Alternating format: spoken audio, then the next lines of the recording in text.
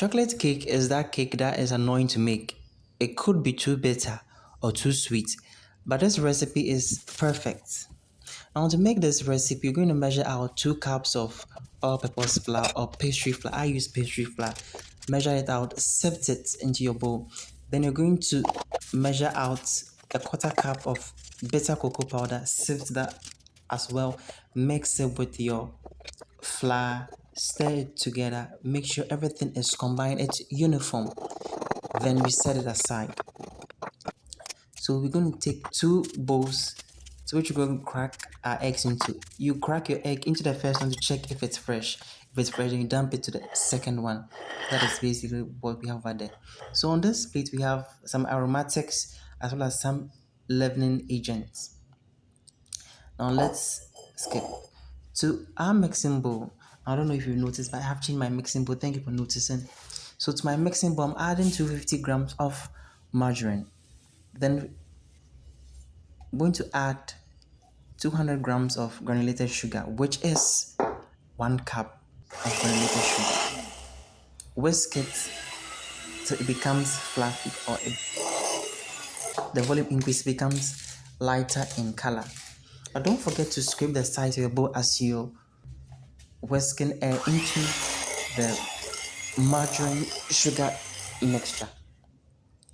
When it's fluffy, you're going to go in with just an egg. Don't add all your eggs at once or else it will curdle.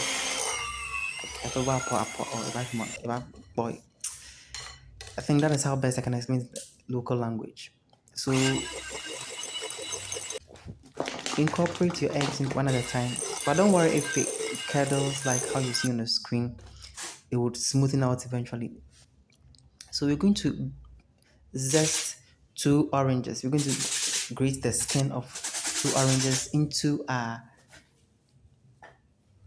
cake batter, which is in there. You're going to grate a little bit of nutmeg, just a little, like a pinch. You don't want too much because it can overpower your dish. Then we're going to go in with 10 milliliters of butter flavoring as well as 10 milliliters of vanilla flavoring.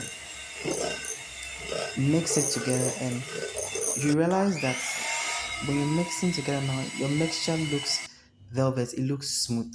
So don't worry, as I said, it would smoothen out eventually. Then you go in with the flour cocoa powder mixture. You add your leavening agents, baking powder, baking soda, orange juice. Stir and make sure everything is well combined. You don't need a mixer at this point. Just make sure everything is well combined. You don't see any hidden pockets of flour. Then you set that aside. Yes. Then you grease your cake tin or baking dish. Some people like to grease the cake tin at the start or before they even start mixing up the ingredients, but I find it helpful. I feel like when I grease and allow the bowl to rest, it doesn't always allow my cakes to release properly. So after it's well greased, I pour the cake mixture into it. Then I level it. You don't just leave it because it's not going to level it up for you. I beg you. Level it up, okay? Then you put it at the oven. I don't have an oven, so I decided to bake it in this big saucepan. It took about 1 hour 30 minutes. It came out looking so beautiful. After it had cooled for some time, I decided I'm going to, add some drip, like chocolate drip or glaze. You can call it a glaze or a drip. So I made some homemade sugar this evening.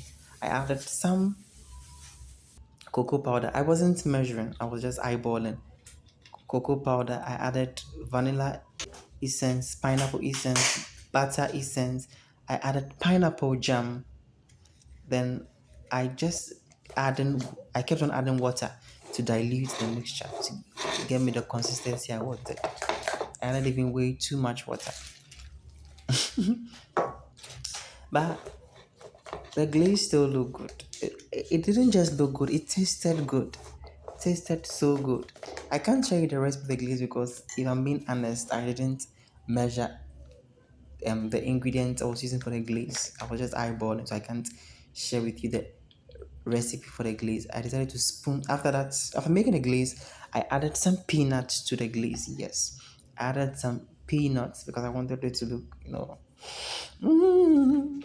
Then